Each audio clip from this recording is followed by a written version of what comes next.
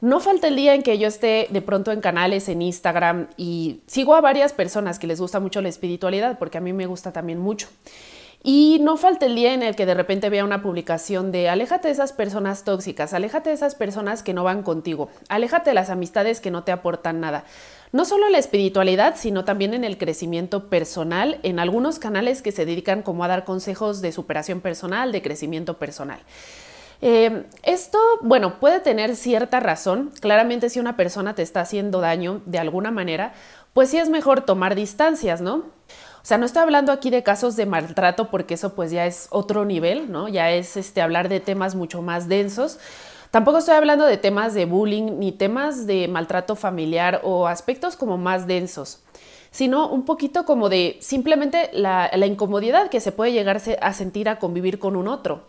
O, por ejemplo, estar en un grupo de amistades o en un grupo o en un círculo de personas que no compartan en todos sentidos tus valores. Estamos muy acostumbrados a estar completamente con cosas personalizadas para nosotros. Estamos en redes sociales y todo el contenido es personalizado, hecho para nosotros. Gente que piensa igual que nosotros, ideas y parecidas a las nuestras, entonces ahí es donde se nos hace un poco difícil convivir con ideas diferentes, con gente que piensa diferente. Y de hecho, como estamos muy acostumbrados a la soledad, como estamos muy acostumbrados a esa individualidad, de estar encerrados en nosotros mismos, muchas veces desarrollamos problemas de convivencia, ansiedad social, depresión o incluso trastornos psicológicos. Y cuando hay un trastorno, cuando hay esos problemas de convivencia, vamos a percibir mucho más incómoda la presencia del otro. De hecho, pasa muchísimo que gente con trastornos de la personalidad como el borderline, o sea, gente que tiene dificultades para estar con el otro, justamente encuentra mucho más tóxica a la gente. Es decir, la gente, por ejemplo, que tiene borderline, lo que pasa es que al convivir con otra persona, la idealiza primero, ¿no? Hace como una idealización de esa persona y le encuentra muchísimas virtudes y después se decepciona muy rápido de la persona por cualquier detalle, por cualquier detalle. Por eso pasan de un estado a otro, ¿no? O cuando se sienten amenazados o sienten que los van a abandonar, de repente toman muchísimo odio a la otra persona y justamente le dicen que es una persona tóxica o que es un narcisista o lo que sea. Entonces muchas veces es la persona que tiene algún problema ya interno la que encuentra más tóxico al otro, porque justamente cuando tú tienes un trastorno, sea cual sea, tienes una mayor dificultad de acercarte al otro y de convivir con el otro. Entonces, imaginemos una persona que de por sí tiene este problema, ¿no? Esta situación en la que está un poco con la percepción de la realidad alterada ahora sí por tener algún problema psicológico. Y que se encuentre con estos bombardeos de aléjate de las personas tóxicas, aléjate de las personas que no te aportan, aléjate de las personas que no van contigo. Pues de ahí se agarra un poquito, ¿no? De hecho, por ejemplo, el borderline, por poner un ejemplo entre todos los problemas que puede haber, tiende a victimizarse mucho. También lo hace la gente codependiente, por ejemplo, que tiene el problema de la codependencia, utiliza la victimización como una forma de manipular a la persona que quiere que de alguna manera lo nutra. Porque mucha gente que, por ejemplo, tiene dependencia emocional o parejas que son codependientes, tienden mucho a cierto tipo de manipulaciones emocionales entre ellos, ¿no? Una de ellas es victimizarse, ¿no? Es que tú, por ejemplo, me dejaste, no me respondiste los mensajes o me hiciste, ¿no? Y esto también, esta idea de las personas tóxicas, de crearte un universo donde tú eres un ser de luz y las otras personas son tóxicas, pues te aleja más de la sanidad, te aleja más de la conciencia, te aleja más de realmente ver tus propios errores. Entonces, yo veo esta cuestión, ¿no? De discriminación espiritual, un poco de aléjate de personas tóxicas que no vibren alto, de personas que estén tristes, de personas que se quejen mucho, ¿no? Todo esto habla de una visión de la espiritualidad un tanto narcisista, un tanto centrada en el yo. O sea, no hay desde esta perspectiva es problemática porque puede dejar de haber una autocrítica.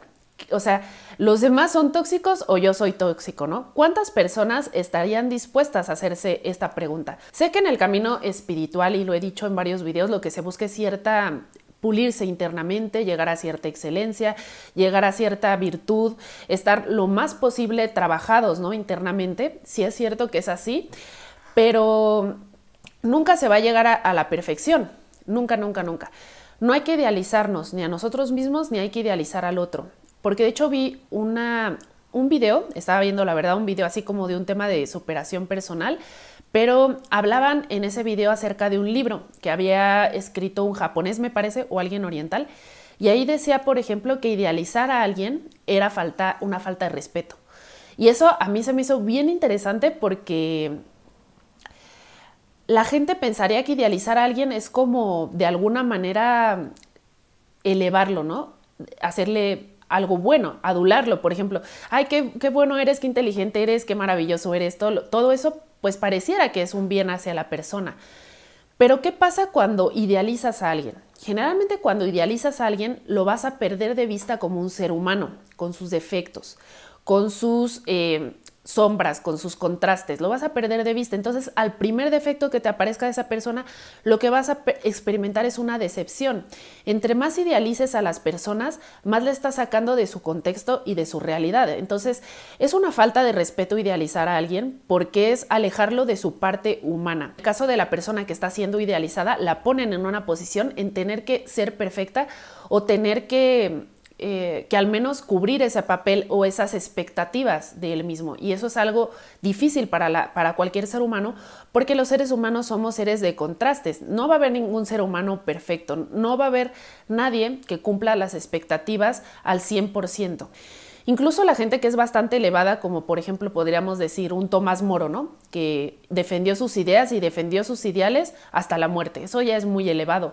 Pero incluso si tú fuera tu amigo, a lo mejor Tomás Moro o algo así, tú te darías cuenta que también tiene sus sombras y tiene sus contrastes. De hecho, yo como escritora, cuando hago un personaje, por más elevado que yo lo ponga, siempre me gusta ponerle un toque de patetismo, un toque de defectos. No me gustan esos personajes idealizados porque hasta se hacen odiosos, se hacen inhumanos, se hacen como... les falta esa parte, esa sustancia y les falta esa dimensión humana. Entonces no me gustan en general.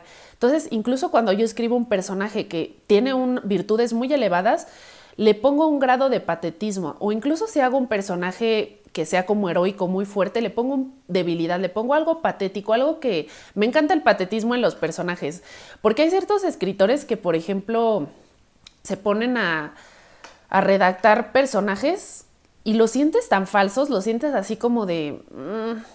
como que el escritor te tratara de convencer de cómo su personaje es genial y te empieza a molestar. A mí me empieza a molestar mucho. Entonces, realmente idealizar a la gente, o sea, tratar de verlo de esa manera, es una falta de respeto a la persona, porque es perder de vista a la persona que tienes enfrente. Incluso lo que generas en la otra persona muchas veces cuando te pones abajo de alguien es que le generas rechazo. Le generas rechazo porque no solamente por no amarte a ti mismo al grado de considerarte igual a alguien, o sea, tú lo estás poniendo arriba en un pedestal, o sea, no solo en eso, sino también en que justamente percibe la persona que estás buscándolo como un objeto que satisfaga tu deseo de algo perfecto y no tanto por contemplarlo como un ser humano. No sé si me explico, como un igual, como una amistad, como alguien que va así junto a ti. Entonces, a lo que voy con esto es que no existe persona ideal e idealizar a alguien es una falta de respeto, es una falta de consideración al otro. Bien curioso esta idea, pero yo sí lo veo así, le veo total sentido. Es una falta de respeto al otro. Entonces, por lo tanto, no vas a encontrar a alguien que sea ideal para ti. No va a haber nadie que sea ideal. Todo el mundo va a tener sus sombras. Hay grados, obviamente, ¿no? Sí, entiendo que haya gente realmente con muchos problemas que tú no quieras tener cerca porque te drena. Eso lo entiendo. Pero también entiendo la problemática actual de que se están generando como grupitos ideológicos, ¿no? Las feministas muy radicales, los de derecha muy radicales, se forman como grupitos ideológicos y cada vez esos grupitos se empiezan a aislar.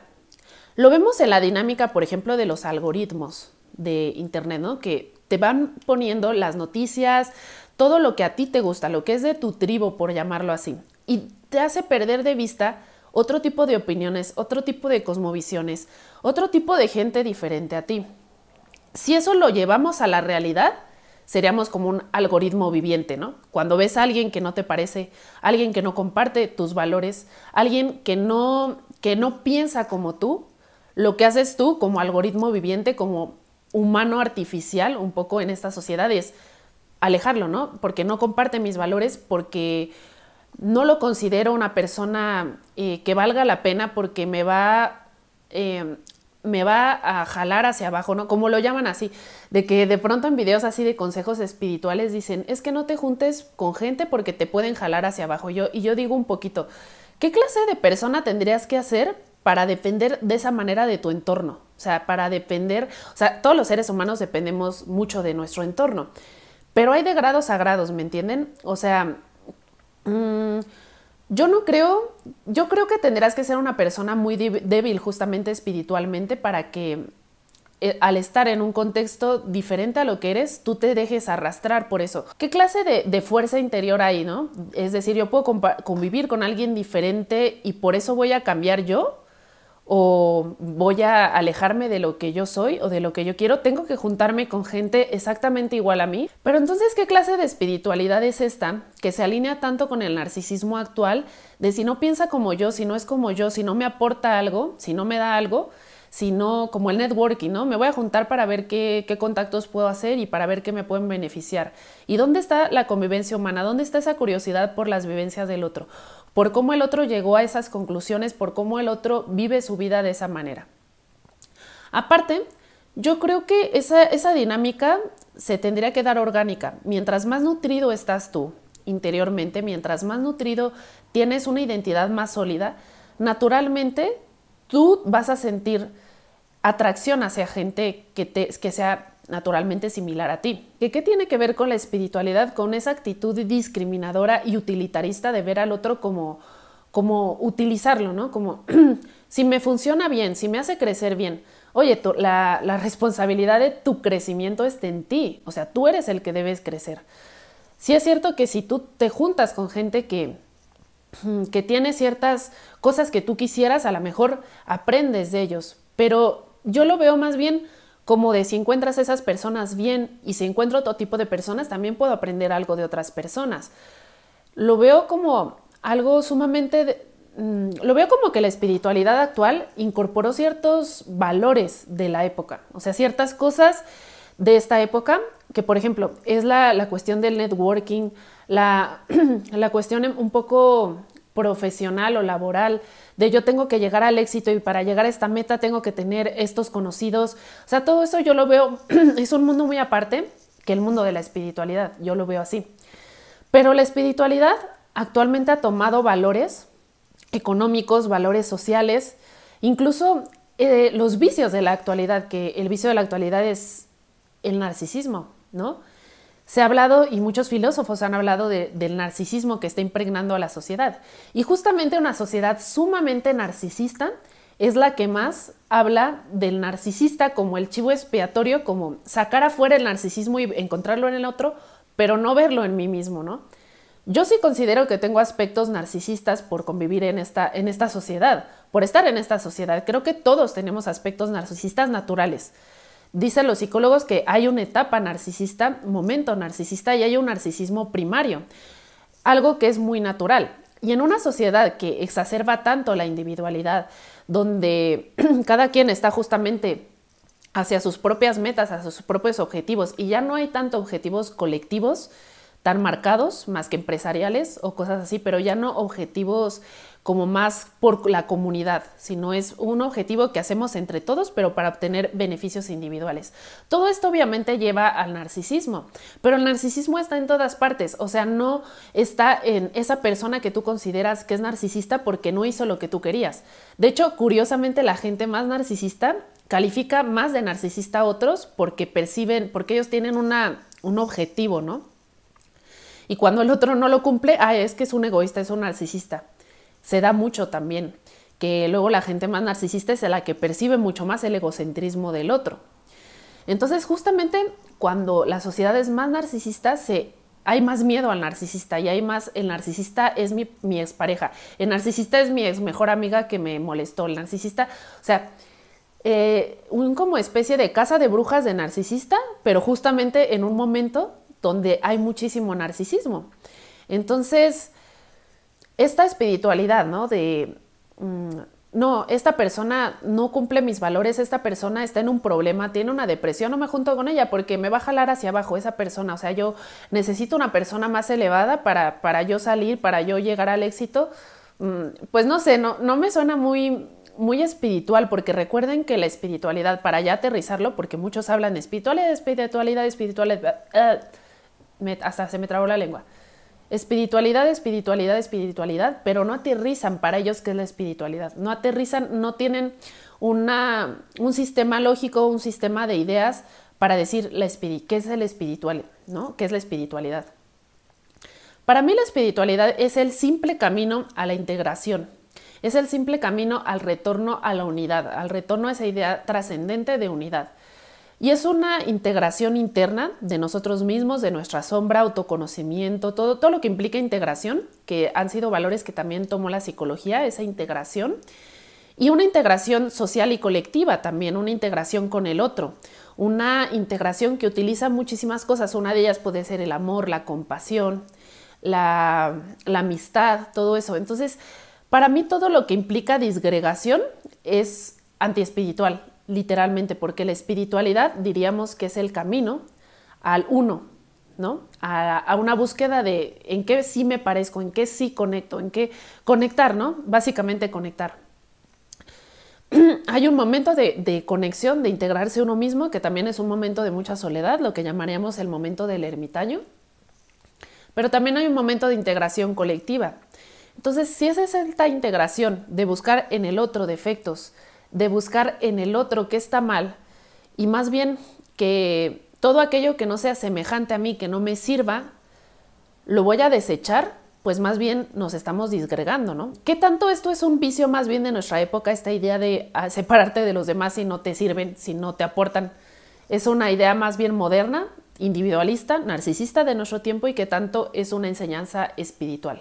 Ahí los dejo para que lo piensen, para que lo mediten y que me escriban aquí abajito qué piensan ustedes de estas ideas, que para mí es espiritualidad pop completamente es espiritualidad pop. Pero ¿qué piensan ustedes? Escríbanme aquí abajito y muchas gracias por ver. Hasta luego. Hasta pronto.